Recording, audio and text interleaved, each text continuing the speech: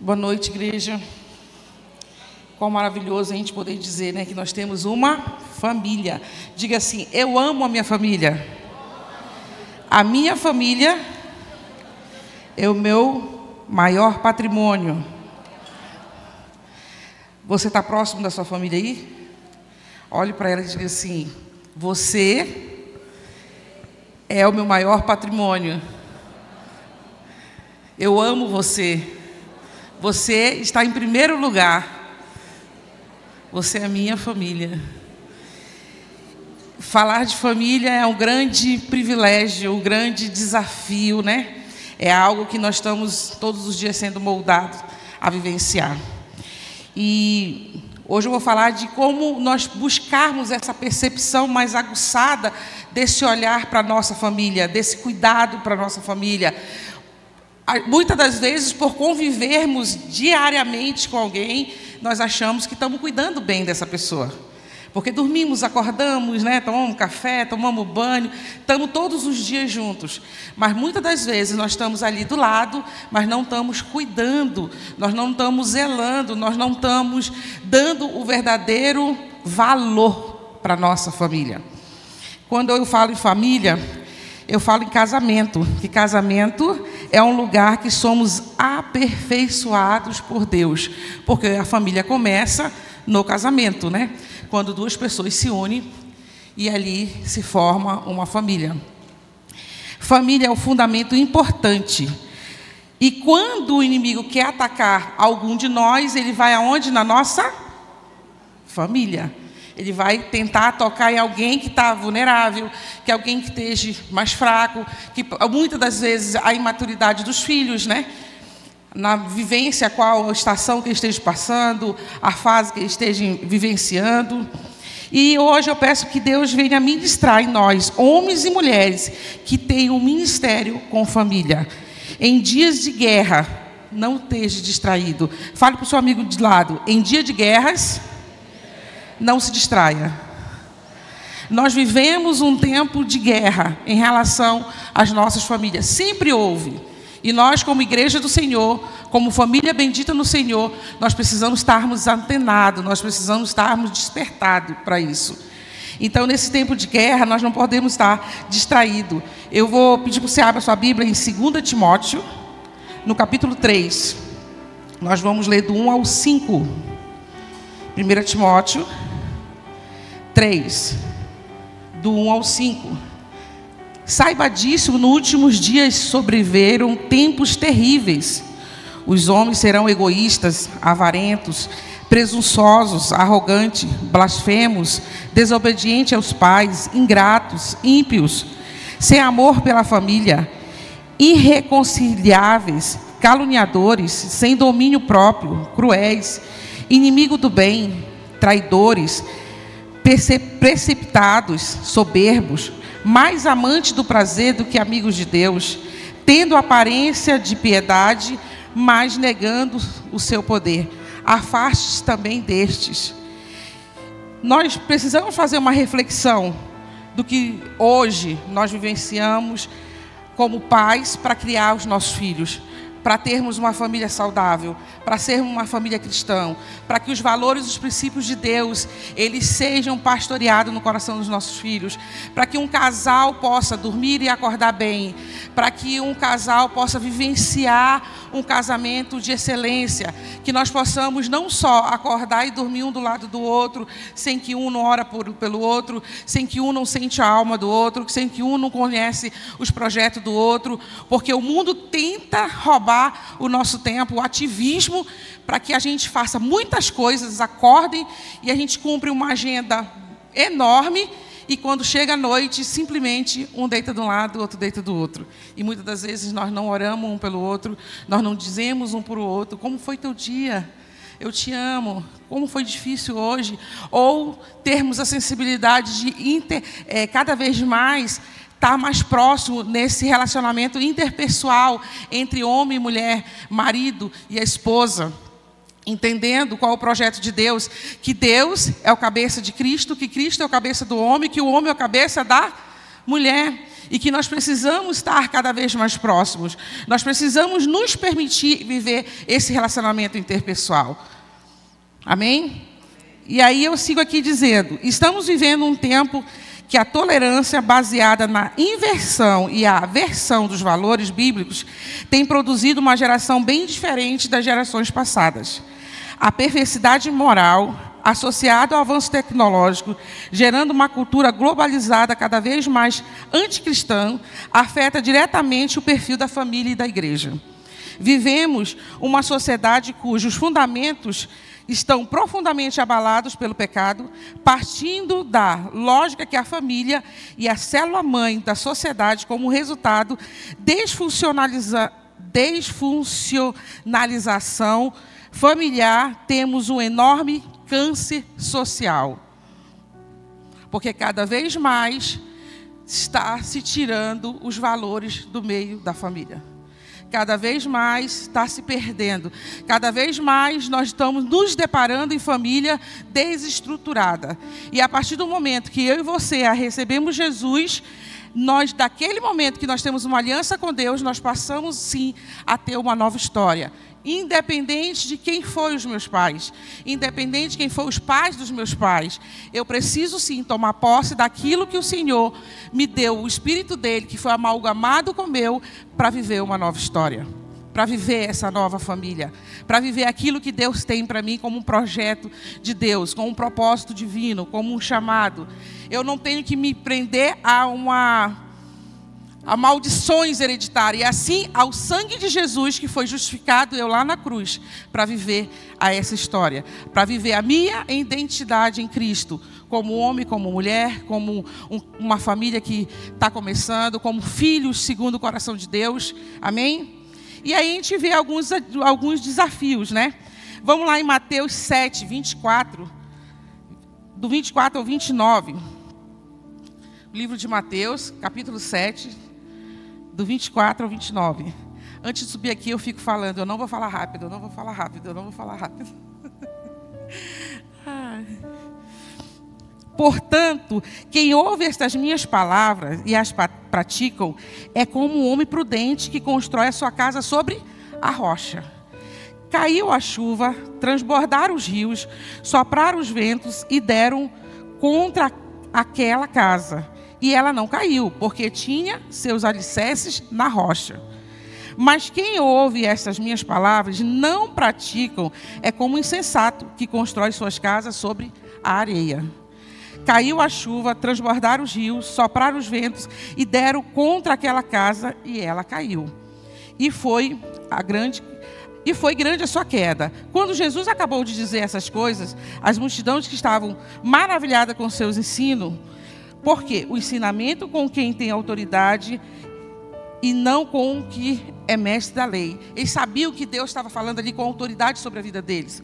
Que eles realmente, se eles levassem a sério os ensinamentos que o Senhor estava dando, que se eles praticassem aquilo que o Senhor estava ensinando através da palavra deles, eles iam viver uma vida alicerçada na rocha que é Cristo.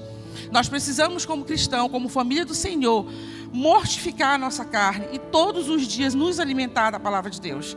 Se nós somos uma família ausente da palavra de Deus, de colocar reservas boas para dentro de nós, de ter um devocional, de ler, que seja estratégias que vocês façam. Esses dias, a pastora Rai fez um vidro com várias mensagens para um lugar que a gente fez um estágio.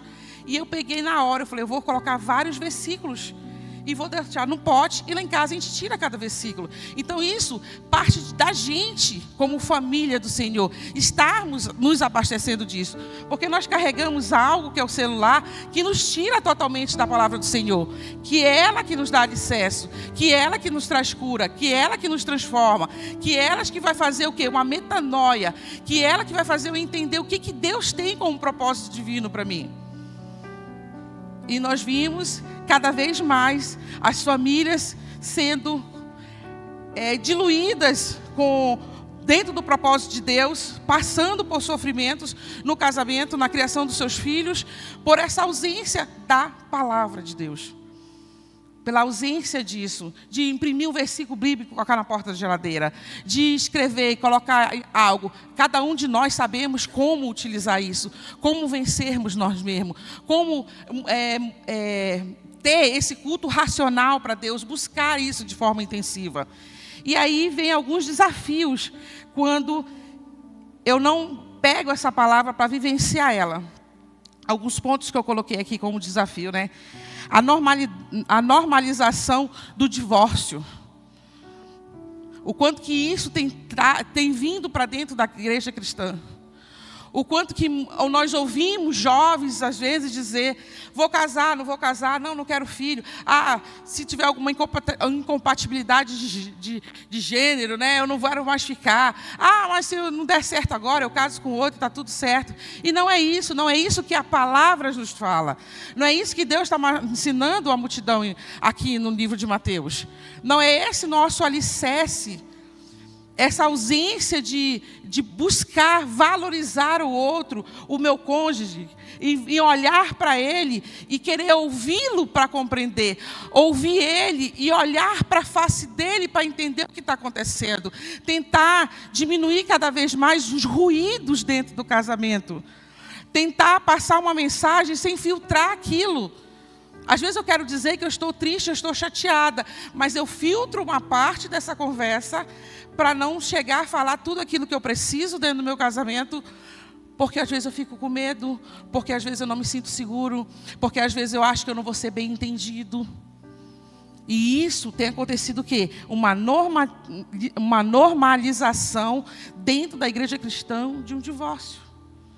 Enquanto nós nos unimos para sermos uma só carne, para buscarmos em Deus, criarmos nossos filhos nesse mesmo propósito, em vivermos isso com excelência, buscando sabedoria em Deus. Como eu disse lá no comecinho, né? Foi o que eu falei no começo? Casamento é um lugar que somos aperfeiçoados por Deus. São duas pessoas totalmente diferentes, temperamento diferente, famílias diferentes, ambiente diferente, tudo diferente. Aí Deus pega e junta, né? E faz uma só carne. Eita glória! É forte, né?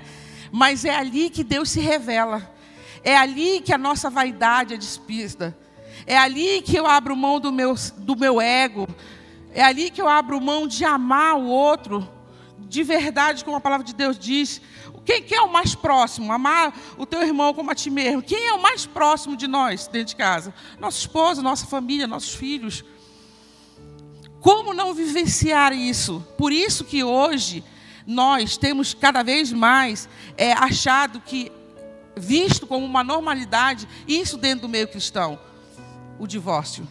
A ausência do diálogo. A ausência do diálogo, ela vai cada vez mais levar ao divórcio. Porque eu não falo o que eu sinto, mas eu fico deduzindo que tu entende o que eu estou sentindo, porque eu já fiquei chateado. Então, no mínimo, tu tem que saber com o que eu fiquei chateado.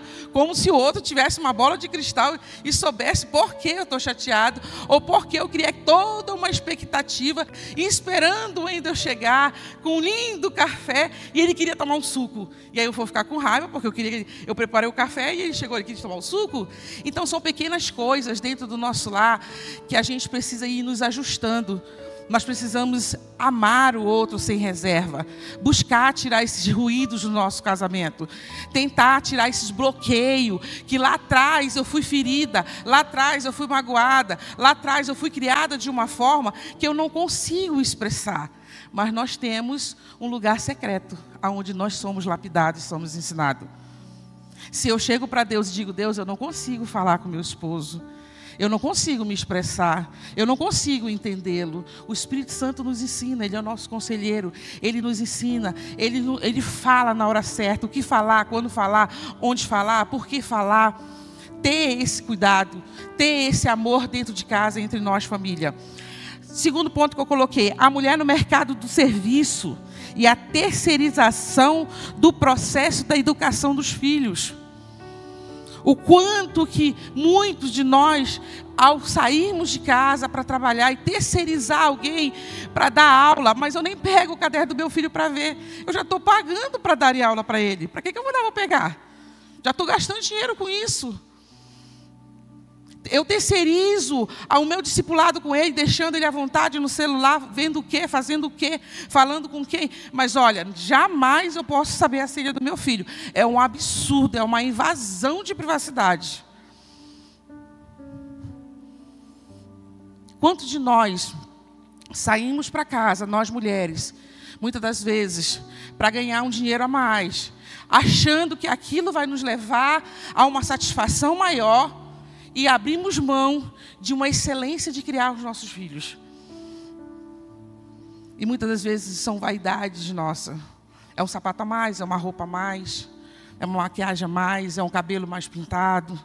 Eu não estou falando que nós não devemos trabalhar. A mulher de Provérbios, ela fazia os cinturões, ela fazia vários cintos, ela ia no navio mercantil, ela vendia, e quando ela voltava de lá, ela comprava posse, ela comprou uma terra, ela tomava o coração do marido dela, confiava nela, porque ela não estourava o cartão de crédito, ela ajudava dentro de casa. Então não é hoje que a mulher trabalha fora. Mas não é abrir mão daquilo que é nosso. Não é abrir mão do que é responsabilidade minha e sua. Não é deixar que o coração do meu filho seja pastoreado por outra pessoa. Por uma babá, por uma professora, por outra pessoa que não tem a responsabilidade espiritual que nós temos. Não tem o zelo que nós temos. E Satanás traz esse sofisma na nossa cabeça. E no independente de idade, nós precisamos olhar para o nosso lar como o nosso maior patrimônio, nosso único patrimônio, como algo de excelência que Deus nos deu.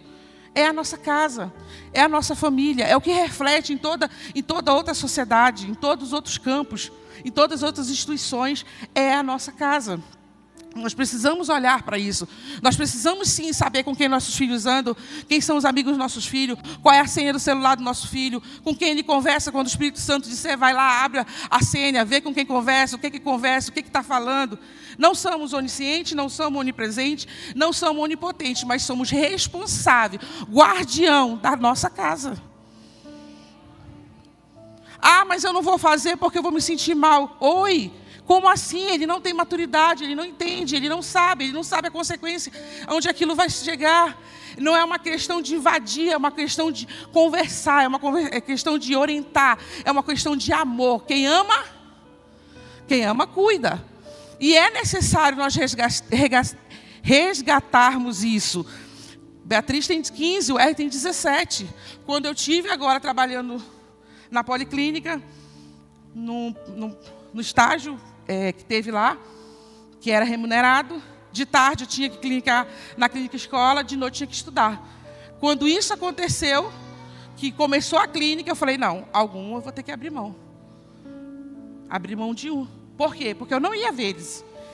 Eu ia chegar em casa 2 horas, iam estar chegando, eu ia estar saindo às 15, só ia chegar às 22. Mas Kelly, tu está 18 anos fora do mercado, cuidando dos teus filhos, não precisa ser babá deles? É questão de valores, é questão de cuidado, é questão que isso passa tão rápido e a gente vai sentir falta lá na frente. Será que, às vezes, a gente abrir mão de ter um tempo de qualidade, de pastorear o coração do seu filho, de ouvir, de colocar limite, de perceber um comportamento, de perceber uma fala? Às vezes os filhos estão dentro de casa, um fala uma coisa, fala o outro, tá, opa, por que isso? Por que está falando assim? Por que esse comportamento está assim? Isso é papel nosso. E vai chegar o tempo que eles vão voar. Vai chegar o tempo que eles vão embora. E você trabalha, você estuda, você vai cuidar dos netos também, né? Amém? A crise de autoridade no lar, que é o terceiro ponto. Qual é essa crise de autoridade que enfraquece a família? Quando o pai diz sim, a mãe diz não. Quando um diz pode, outro diz não pode. Quando eu penso que ele é muito criança, como hoje nós estamos com a igreja cheia de pais com crianças na primeira infância. Não negligencie educar seu filho por limite. A partir do ventre você abençoa seu filho. A partir do ventre é comprovado cientificamente. A criança aprende no ventre. E aí você não dá limite e faz com que ela ache que o mundo gira em torno dela. E ela não vive uma frustração. E ela vive uma rejeição dentro da sala de aula. Porque eu sou a primeira professora lá embaixo. Se eu ver uma criança tola, eu não quero nem estar perto. Confesso para vocês. Mas aí a culpa é da criança? Não. A culpa é do pai, ou a culpa é da mãe, que acha que a criança não entende o que é não, que acha que a criança não entende o que é sim, que acha que a criança não pode assistir um culto sentado do nosso lado aqui, que acha que a criança não tem condições psicológicas, emocional. Como que você chega com um filho no hospital e senta para tirar um sangue? E ela fica guardando ali. Ela está até doente, mas ela guarda. E muitas das vezes nós negligenciamos o olhar da maior sabedoria que é na vida da primeira infância. Na primeira infância, nós aprendemos tudo. As letras, os números, as vogais, tudo a gente aprende na primeira infância. Por que negligenciar que as nossas crianças na primeira infância não aprendem? Quando Moisés pede para Faraó, para libertar o povo, Faraó fala, leve todos, mas deixe as crianças, que seriam os próximos escravos. Seriam os próximos escravos. As nossas crianças são inteligentes, as nossas crianças são sábias, as nossas crianças conhecem esse limite, as nossas crianças elas precisam ser frustradas, sim, porque faz parte do processo do desenvolvimento dela psicológico, de aprendizado. O mundo não vai girar a favor das nossas crianças. Pelo contrário, nossas crianças lá embaixo, para quem é do Ministério Infantil sabe, a gente não tem criança chutando com tolice, se jogando no chão, e a gente clamando para quem sente, não. É incrível, para a honra e a glória de Deus. Até a nossa sala, de 3 a 5 anos, as crianças sentam na cadeirinha da roda, ouvem o louvor, ouvem a palavra, sabe que tem atividade e que depois ela tem um brinquedo para brincar. E ela desce. Quem é a mãe que está aqui, que levou o filho e ficou gritando lá e ele não quis ficar? Caso ele não queira ficar dentro desse processo. Porque há uma disciplina. Porque o mundo, ele vai te dar uma disciplina. E se dentro da minha casa eu não tenho disciplina, eu não vou conseguir viver em lugar nenhum. Eu não vou conseguir ser uma família bendita do Senhor, para viver aquilo que o Senhor tem para mim. O acesso fácil e altamente maléfico à pornografia. Uma das coisas que tem estado muito dentro da nossa igreja cristã, que é o celular na mão de todo mundo, que é a facilidade do adolescente, do jovem, do casal, de todos terem isso em mão. É comprovado que a pornografia ela diminui os teus neurônios. É comprovado que isso nós abrimos brechas no reino espiritual, que a gente nem sabe porque está acontecendo tal coisa na minha casa, na vida do meu filho, mas o que eu estou vendo, o que eu estou acessando, o que eu estou assistindo, de que eu estou me deleitando quando eu estou só com o meu celular na mão. Ou quando eu abro uma pornografia. Sobre a questão da ideologia de gênero. Quanto que nós temos visto hoje nas salas de aulas, nos jovens, nos adolescentes, nos pré-adolescentes, dizer, não, minha coleguinha disse que ela é bi. Minha coleguinha disse que gosta de menina, que gosta de menino. Nós precisamos cuidar da nossa família. Nós precisamos, sim, resgatar os valores da nossa família. Nós precisamos, sim, trabalhar fora, mas se trabalhar fora, vai trabalhar dobrado dentro de casa, para saber o que meu filho sente, o que meu filho assiste, o que meu filho pensa, quem pastoreia o coração do meu filho, quem discipula o meu filho, quem leva na escola, quem traz da escola. Quanto de abuso sexual nós trabalhamos hoje, dentro da psicologia, dentro de Tucuruí, por ausência de paternidade, por pais dentro de casas que patrocinam, terceirizam, porque não querem ter trabalho, porque eu preciso estar na academia, porque eu preciso estar com o meu cabelo feito, porque eu preciso falar para minha amiga que eu terminei a faculdade e eu estou trabalhando. Então eu preciso estar no padrão que o mundo diz que eu tenho que estar. Mas seja moderna, seja cheia da sabedoria, da inteligência de Deus, mas não abra mão da sua família. É possível você buscar em excelência, viver tudo isso que você queira. Não é errado você estudar, não é errado você crescer, não é errado você trabalhar, mas não troque valores. Inversões de valores abrem brecha para Satanás. Tem uma historinha que dizem que um casal não brigava, e de repente eles disseram para o pastor, vai lá em casa que a gente está brigando muito. E o pastor foi lá orar para saber o que estava acontecendo.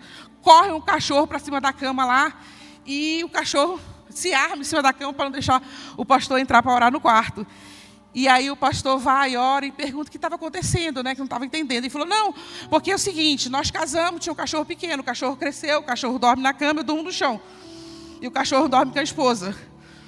Invenção de valores. Ninguém está dizendo que Deus não criou os animais. Na criação foi Deus. Mas invenção de valores. Pai e mãe que dormem separado porque o filho tem que dormir junto. Está errado. Invenção de valores. Invenções de valores vai trazer consequência para dentro do nosso lar. Porque eu estou invertendo valores. Quem é que eu abro a porta da minha casa e convive dentro da minha casa que às vezes eu dou mais atenção do que para a minha família? Inversão de valores. Aí eu vou entrar aqui na história de alguém da Bíblia, que é uma pessoa muito importante e que Deus mostra para a gente que ele estava numa grande obra, libertando o povo do Egito, mas ele foi lembrado da sua família. E teve quem o ajudasse a cuidar. Vamos lá. Êxodo 18.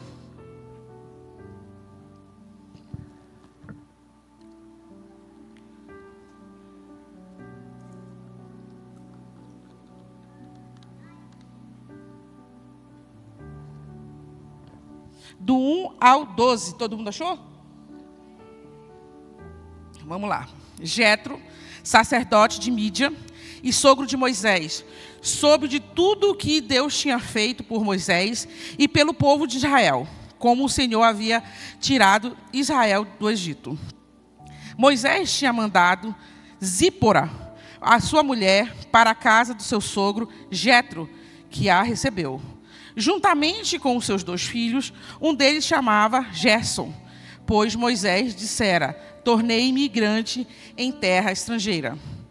E o outro chamava-se Eliezer, pois dissera, o Deus de meu pai foi meu ajudador, livrou-me da espada de Faraó.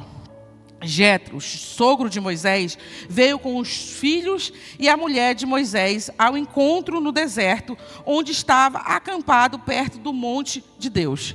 E Jetro mandou dizer-lhe, eu, seu sogro Jetro, estou indo encontrá-lo, e comigo vão sua mulher e seus 2 filhos.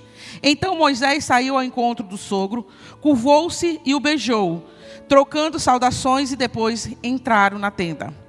Então Moisés contou ao sogro tudo quanto o Senhor tinha feito ao faraó e aos egípcios por amor, e a Israel também a todas as dificuldades que tinham enfrentado pelo caminho, e com o Senhor os livrara. Jetro alegrou-se ao ouvir todas as coisas boas que ao Senhor tinha feito a Israel, libertando-o das mãos dos egípcios. Disse ele, bendito seja o Senhor que os libertou das mãos dos egípcios e do faraó, que livrou do povo das mãos dos egípcios. Agora sei que o Senhor é maior do que todos os outros deuses, pois ele os superou exatamente naquilo que os se vangloriavam. Então Jetro, sogro de Moisés, ofereceu um holocausto e sacrifícios a Deus. E Arão veio com toda a autoridade de Israel para comer com o sogro de Moisés na presença do Senhor. Aqui a gente já começa fazendo uma observação, quando Moisés apresenta os 2 filhos. Então, cada filho nosso, quem é pai aqui, sabe que cada vez que a gente tem um filho, é uma nova estação, é um novo tempo na nossa vida, é uma nova maturidade na nossa vida dentro do nosso casamento. Há uma marca em nós. A gente pode dizer assim, nossa, quando eu tive meu primeiro filho, eu pensava assim, mas quando fulano chegou, eu já tinha uma maturidade maior, porque eu já cuidava de um filho, era uma outra estação, era um outro tempo de vida, de quantidade de anos de vida, né? Dizendo assim. E aqui a gente vê que Moisés estava numa obra de Deus, né, de excelência para livrar o povo de Israel. Mas ele teve quem? Ele teve o sogro que trouxe a família dele para lembrar do que ele tinha uma. Sabe o que o Senhor falou no meu coração quando ele entregou essa palavra? Ele falou assim, a Igreja Batista em Vida Permanente, que é essa nossa igreja aqui, ela é uma igreja uma família a pertencer. Amém? Nós falamos isso todo tempo. Eu vivo isso, eu não falo, eu vivo isso. Realmente, nos momentos mais difíceis, até hoje, no meu casamento, na criação dos meus filhos, a igreja sempre foi minha família. Eu sempre tive discipuladores, eu sempre tive quem me cuidasse. Eu sempre tive as meninas que eu faço discipulado, que cuidavam de mim mais do que eu cuidava dela, nos momentos que mais eu preciso. E eu posso dizer, o Senhor falou essa noite, eu vou levantar homens e mulheres com o coração de Jétro. Para que nós venhamos vencer aquilo que o Senhor tem para a minha família, para a sua família. O que é importante para a minha família, é importante para a sua família. Aquilo que eu quero que meus filhos vivam como a descendência mais poderosa na terra, que é Salmo 112, você também, o Senhor vai gerar no nosso coração isso.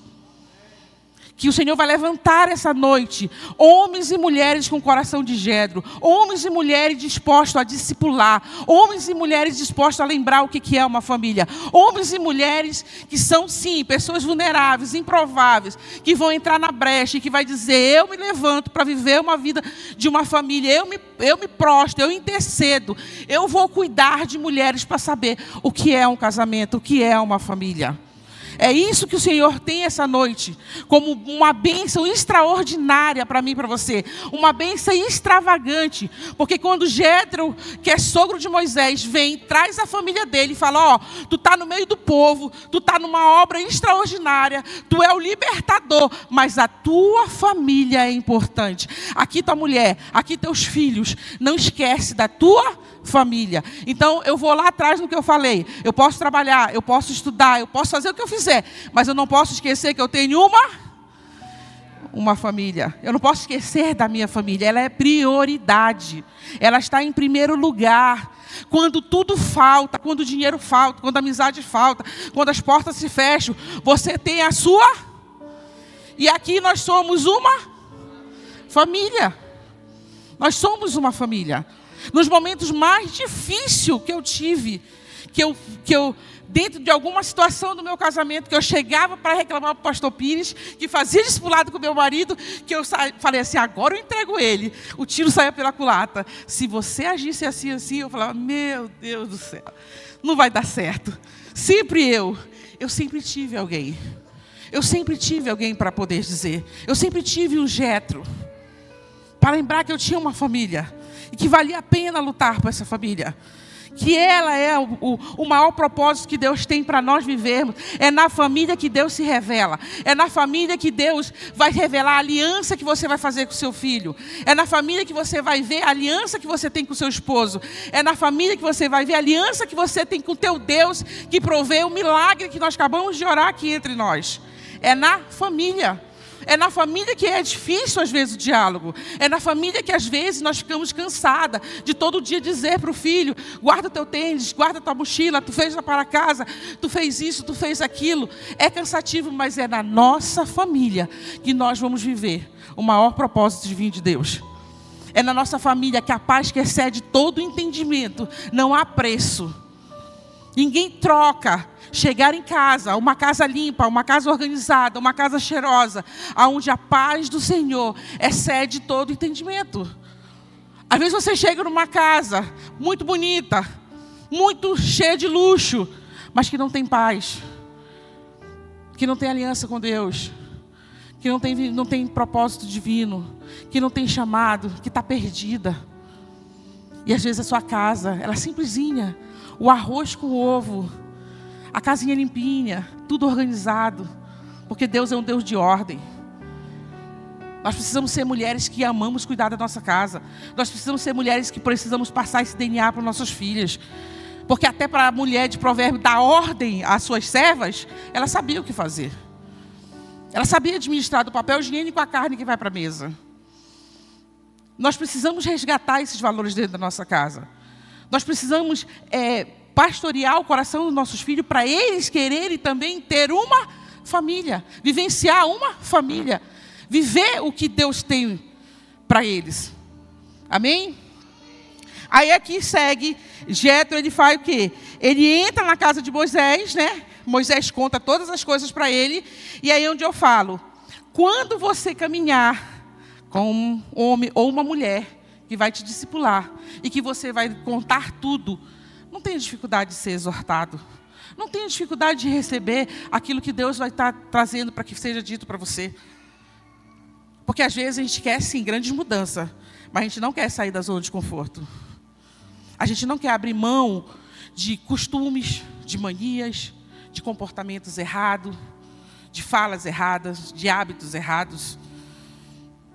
Eu já tive sim momentos de estar na minha casa, o pastor Pires me confrontar, eu olhar para ele e pensar assim, o senhor está me pedindo isso? E aí na mesma hora o Espírito Santo falou assim, opa, mas quando é bom tu quer? Eu, epa, é mesmo. Porque é natural, é um mecanismo de defesa nosso.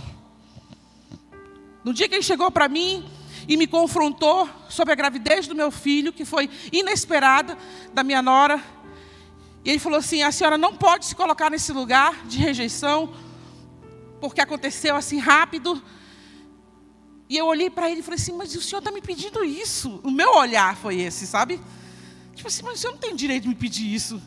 Aí eu pensei assim, aí na hora eu pensei assim, mas quando ele diz assim, olha, pastora Kelly, suba para levar a palavra, pregue para a igreja. Não, pastor, isso é loucura. Não, suba que você vai entregar. Eu subo, perna tremendo, suando, comendo a Bíblia, tropeçando e dá certo. Eu falo, ai, eu acho que é de Deus, né? Porque o pastor falou que era para me subir lá e deu certo. Mas quando é uma exortação, não, mas quem é ele para falar isso para mim? Isso é ter um Jétro dentro que vai cuidar de você. É você ter alguém que vai entrar na tua tenda, vai ver o que está bagunçado e vai dizer, olha, conserte isso aqui, sai desse lugar. Deus está falando contigo. Tu está paralisada aí, tu está segurando a bênção, tu está retendo a bênção da tua família. E muitas das vezes a gente não quer isso, a gente quer a mudança, mas a gente não quer o processo dessa mudança. A gente não quer abrir mão daquilo que precisa ser mudado.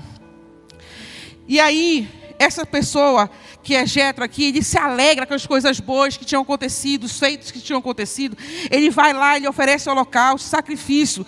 Às vezes, nós precisamos entender que toda unção que você respeita, você atrai para a sua vida. Lógico que você, se você não tem intimidade com alguém, você não vai chegar falando algo para essa pessoa. Se você começa a discipular alguém, você não tem intimidade para isso, você não vai chegar botando ordem na casa de ninguém, porque nós não fazemos discípulos um do outro. Todos somos discípulos de Cristo, né? Mas nós precisamos sim, tudo que eu respeito, Deus vai fazer com que eu traga pessoas para perto de mim, para me vivenciar isso com excelência. Eu preciso entender, e eu creio que nessa noite, o Senhor tem levantado corações aqui para cuidar um dos outros. Famílias serem cuidadas, famílias serem pastoreadas, famílias que realmente queiram essa mudança, mulheres que queiram essa metanoia, essa mudança de mentalidade, de zelar pelo seu lar, de zelar pelo seu casamento, de zelar pelo seu filho, de zelar pela sua casa. Isso é honra. Deus nos honra. Cada coisa que a gente faz, Deus nos honra. Ele vê todas as coisas. E é recíproco. É impossível você tratar bem um esposo e você não ser tratado. Tem até um dizer, né? Eu não gosto muito de dizer, mas eu acho que é verdade. Eu acredito que é verdade. Nós temos o marido que nós merecemos. Nós temos a esposa que nós merecemos. Porque nós não temos que falar de Deus para eles. Nós temos que falar deles para Deus. Deixa Deus transformar. Deixa Deus mudar. Se cada um fizermos que o pastor Júlio falou semana passada, se cada um de nós fizermos com excelência o papel de cada um de nós, não tem como dar errado. Não tem como dar errado. E aí eu fecho aqui falando sobre esse relacionamento interpessoal. Se pergunte, quando falar? Tem um problema, quando falar? Será que agora é o momento de falar? Será que esse é o ambiente de eu falar? A mesa é um lugar de discipulado, a mesa é um lugar pedagógico, a mesa é um lugar de você orar, a mesa é um lugar de você fazer refeição. Meus avós eram católicos, mas eles diziam, momento de comer, não é momento de você estar com conversas paralelas. Tenha honra, tenha princípios.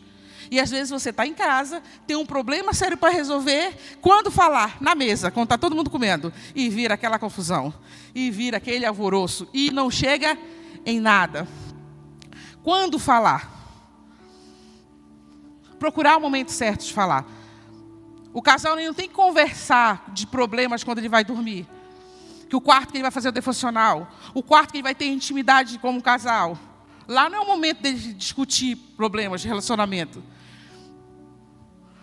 A gente precisa ter essa sensibilidade espiritual. Nós precisamos estar antenados com isso. Eu tenho um devocional que eu troco meu lençol e ele fica ali. Já está cheio de orelhinha. Aí ele é o ano inteiro. Eu posso não ter um momento com o Wendel no dia, mas eu vou ler o do dia, de cada dia. No momento que ele grudou, que ele encostou, que ele vai trocar a roupa, que eu estiver junto, que a gente for levantar, eu falo assim, nem te falo, ó, hoje disse isso e isso, a pergunta é essa. Às vezes eu não gosto da resposta que ele fala para mim, né? Mas tudo bem. Às vezes a pergunta é sobre o que um acha do outro, dentro daquele contexto, daquele versículo pequenininho, dizendo em relação a algum comportamento, alguma forma de como um age com o outro. E ali traz crescimento. Nós precisamos disso. Ter na nossa casa uma Bíblia na sala para a gente lembrar, para ler a Bíblia. Ter algo que nos faz remeter essa lembrança em nós. Nós precisamos disso. Onde falar? Aonde que eu vou falar? Aonde que eu vou conversar? Como que eu vou falar? Paulo diz que mesmo que você fale a verdade, fale em amor. Procure saber como falar. Procure saber como alcançar esse coração. Não é falar só por falar. Tenha compreensão no ouvir, né? Não negligencie o sentimento do outro. Ah, mas por que eu tenho que ter paciência para falar se quem está errado é fulano? A importância aqui não é quem está certo e quem está errado, e sim aonde nós vamos chegar. O que aquilo vai gerar, o crescimento que vai trazer na nossa família, como que nós vamos estar direcionando os nossos filhos, como nós estamos treinando os nossos filhos para viver numa guerra espiritual. Os nossos filhos aprendem mais vivenciando dentro de casa o que a gente faz. Quem tem filho pequenininho sabe dizer, meu filho repete minha fala, meu filho está igual eu, meu filho faz assim, assim. Nossa, ele está começando a andar, mas a fala dele é assim igual a minha. Porque eles aprendem o que eles vivenciam. Muito cuidado. Aqui, quando Moisés traz Jetro para dentro da casa dele, ele permite que todos vejam. Observe quem está dentro da sua casa. Observe quem te tira, às vezes, do seio da família. Observe quais são as distrações que te tiram de ter esse tempo de qualidade de ler a palavra de Deus com os teus filhos dentro de casa. Resgate esse tempo de qualidade com Deus. Comece lendo o livro da Bíblia. Pulou 2, 3 dias, resgata de novo, volta aonde passou, aonde parou. A não ser que só na minha casa que acontece isso. A gente estava em Eclesiastes 6, de repente passou 2 dias. Aí o R falou, mãe, a gente já passou 2 dias que não leu. Eu falei, não tem problema, vamos agora. Vamos pegar o 7 e o 8 e vamos seguir. E é assim, a nossa luta vai ser essa. Resgatar a nossa família.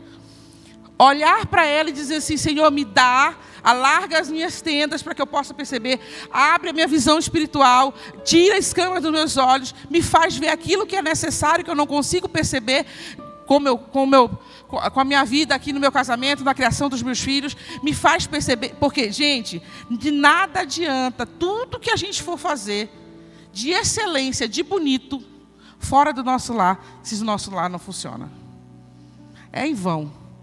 A gente vai ficar que nem um hamster, rodando, rodando, rodando, querendo um sucesso, querendo algo, querendo estar bem, mas é na nossa casa, que é o lugar de descanso, que é o lugar de honra, é o lugar que a gente precisa, como casal, honrar a família do outro, né? Porque é aquela história, né? Que fala, né? Você compra um CD querendo uma música, mas às vezes vem umas 15. Você casa com seu esposo, mas vem a sogra, vem os cunhados, vem todo mundo. Como é que você vivencia isso? O seu filho está vendo. Como é que você tem honra por essa família? Como é que você honra o útero que gerou o seu esposo ou sua esposa? Como é que você vivencia isso? Qual é o seu olhar para com isso? E isso nós estamos passando por gerações. Quais são as raízes que nós estamos deixando para os nossos filhos? As raízes geracionais. Porque eu disse o quê? Que não importa se a minha família foi uma família disfuncional, uma família que não tinha Cristo, mas a família agora minha tem. O que vai ser para frente? O que eu estou construindo para frente? O que eu estou buscando para esse aprendizado? O que eu estou buscando para essa descendência poderosa na terra vivenciarmos? Amém? Vamos ficar em pé para nós orarmos.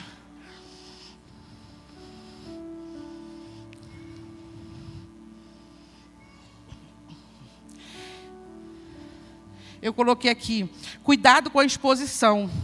O alicerce, ele precisa ser escondido. Cuidado com a sua exposição, com o seu casamento.